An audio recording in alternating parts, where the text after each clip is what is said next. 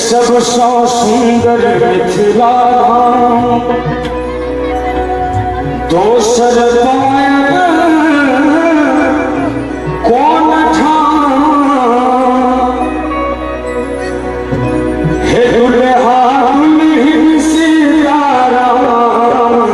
जनकपुर में हे दुल्हा दुल्हन सीताराम जनकपुर सबसा सुंदर मिथिला धाम दोसर पायब कौन ठाम सबसा सुंदर मिथिला धाम दोसर पायब कौन ठाम दुल्हा दुल्हन सीताराम जनकपुर हे दुल्हा दुल्हन सीताराम जनकपुर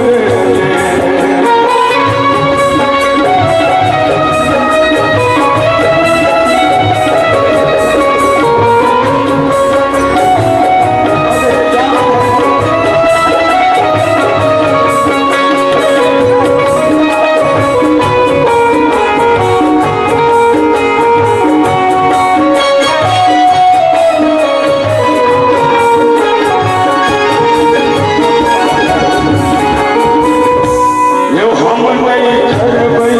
ककरो आस जखन मिथिला मनवास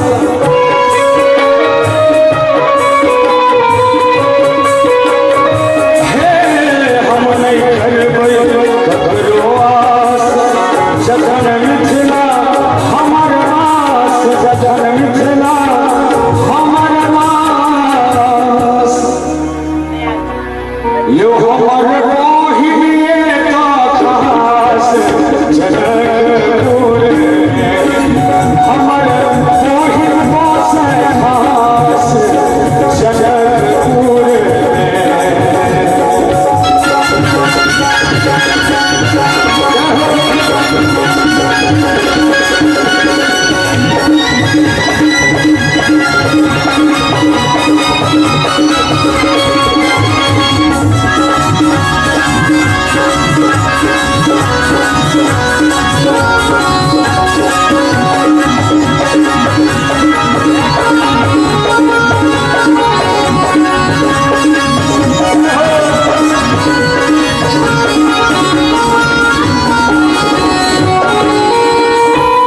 सिया धिया सुकुमारी ओ छठ जनक हमारी